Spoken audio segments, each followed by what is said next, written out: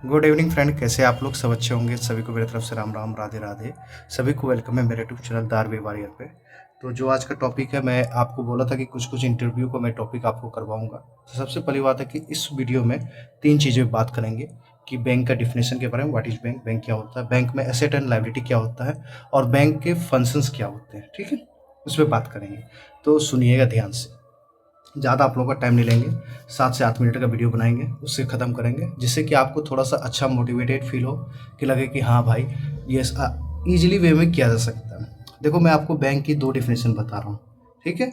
But जो है second वाला डिफिनेशन है, उस पर ज़्यादा प्रायोरिटी देंगे तो आपके लिए अच्छा नंबर करेगा, क्योंकि सब तो यही देंगे। बैंक का डिफिनेशन क्या है? A bank is a financial institution that accept deposit from the public and creates credit. इसका सिंपल मीनिंग है, हिंदी में आप समझिए कि एक बैंक एक ऐसा फाइनेंशियल इंस्टीट्यूशन जहाँ पे डिपॉजिट एक्सेप्ट किया जाता है और वहाँ से क्रेडिट दिया जाता है, मतलब लोन वगैरह दिया जाता है, क्रिएट्स किया जाता है। बट अगर मैं मेरे ओपिनियन के बारे में बात करोगे तो bank is a financial super market. क्योंकि बैंक का फाइनेंशियल सुपर मार्केट मतलब आपको हर एक सामान मिलता है। क्योंकि आप देखो, but in my opinion bank is a financial super market because bank में also provide financial service such as wealth management, currencies exchange, locker facility, debit and credit card, gift card, internet banking, letter of understanding, many more services। तो आप जब ये definition देंगे तो उनको लगेगा कि वाह अच्छा है डिफिनेशन, मतलब आप थोड़ा सा पढ़ के आए हुए हैं, तो ये चीज़ बोलना है।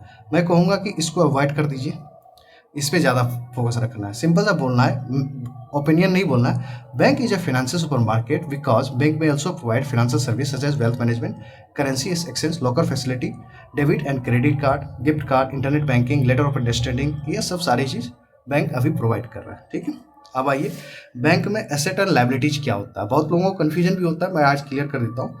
एसेट और लाइबिलिटी, एसेट हो गया बैंक को जिस चीज़ों से प्रॉफिट होता है। सिंपल सा एसेट का मतलब हो गया बैंक के पास जो एसेट होता है वो होता है बैंक को जिस चीज़ों से प्रॉफिट होता है उसे एसेट बोलते हैं। लाइबिलिटी कोई ऐसी चीज़ जो आपकी नहीं है बट एक दिन लौटानी पड़ेगी। तो इसके एग्जांपल देख लो लाइबिलिटीज के।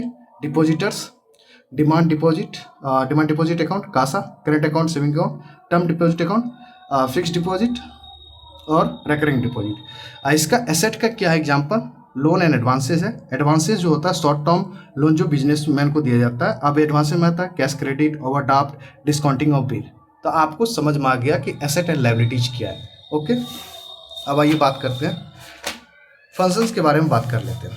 अब फंक्शंस ऑफ बैंक क्या आते हैं? दो फंक्शंस होते हैं, प्राइमरी और सेकेंडरी फंक्शन। आपको इलेबोरेट करना है। जब आपसे पूछे कि आप बैंक के फंक्शन बता दो तो आप बोलोगे कि सर दो फंक्शन है, प्राइमरी फंक्शन और सेकेंडरी फंक्शन। प्राइमरी फंक्शन में आपको बोलना है loan advances and deposits and withdraw, ये फंक्शन है, मेनली यही देखा जाता है। बट सेकेंडरी फंक्शन आप देखोगे ये सारी चीज प्रोवाइड करते हैं। लॉकर फैसिलिटी, बैंक का insurance, mutual fund, currency exchange, internet banking, debit card, credit card, gold deposit scheme, gift card like a debit card, debit account, letter of credit, letter of understanding, agency work, this type of। ठीक है, और आपसे पूछे कि gift card का आपका जिक्र किया तो क्रॉस क्वेश्चन तो पूछेगा आपसे। तो आरबीआई ने गिफ्ट कार्ड की लिमिट को 1 लाख से बढ़ाकर 2 लाख कर दिया। अगर केवाईसी होने पर, अगर केवाईसी नहीं हुआ तो ओनली 10,000 का मिलेगा। मतलब सिंपल सा कि पहले अगर आप केवाईसी है, आपका केवाईसी हो चुका है, नो योर कस्टमर हो चुका है, तो आपको गिफ्ट कार्ड के तहत 2 लाख मिलेगा, पहले जो कि 1 लाख था। अगर आपका केवाईसी नहीं है तो आपको 10,000 दिया जाएगा गिफ्ट कार्ड के थ्रू।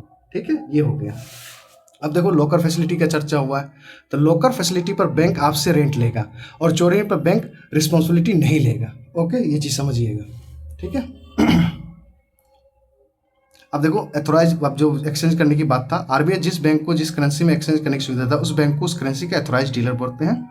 ठीक है, आप ये चीज समझ गए। आपको मैंने बता दी कि व्हाट इज बैंक, बैंक में एसेट एंड लायबिलिटीज क्या होता है, फंक्शंस क्या होते हैं बैंक्स के, ये सारी चीजें।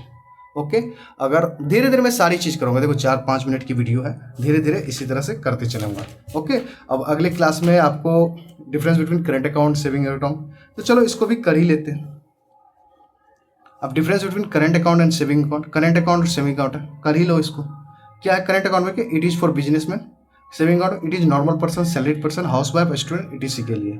ठीक है, अब करेंट अकाउंट में it does not provide interest. ठीक है, यहाँ पे प्रोवाइड इंटरेस्ट करता है बैंक, इंटरेस्ट फिक्स करता है, मिनिमम इंटरेस्ट फिक्स आरबीआई करता है। जब बैंक, देखो बैंक जब आपको इंटरेस्ट देता है तो बैंक तो देता ही देता, वो फिक्स करता है कि मैं 7 दूंगा 8 दूंगा, बट आरबीआई के द्वारा मिनिमम आपको इंटरेस्ट फिक्स किया जाता है, ठीक है।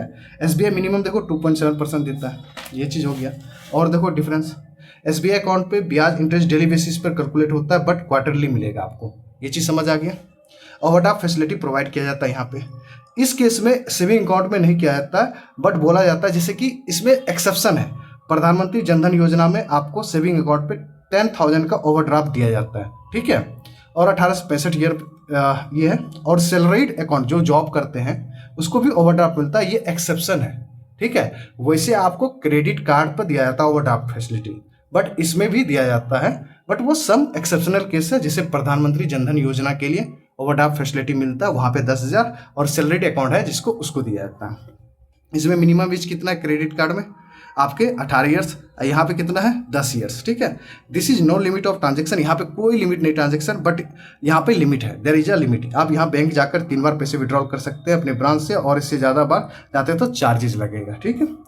करेंट अकाउंट ऑपरेट करने के लिए चार्ज देना पड़ता है, सेविंग अकाउंट को ऑपरेट करने के लिए चार्जेस नहीं देना पड़ता है। ओके, तो आपको डिफरेंस समझ में आ गया। ओके, ठीक है। तो मुझे लगता है कि आपको ये सारी चीज़ें समझ आ गया। मैंने आपको क्या बता दिया, व्हाट इज बैंक, बैंक की डिफिनेशन, बैंक में एसेट एंड लायबिलिटी क्या होता है, functions of bank, and difference between current account and saving account. Okay, तो आपको क्लियर है, ये नोट बना लेना, ठीक है। तो आपको ईजी हो जाएगा, और अपने लैंग्वेज में कोशिश करना इस चीज़ को बनाने का।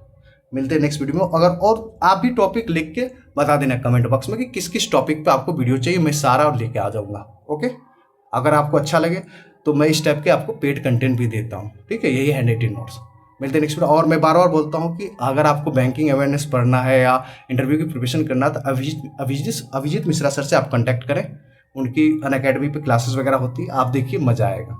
ओके, मिलते हैं नेक्स्ट वीडियो में।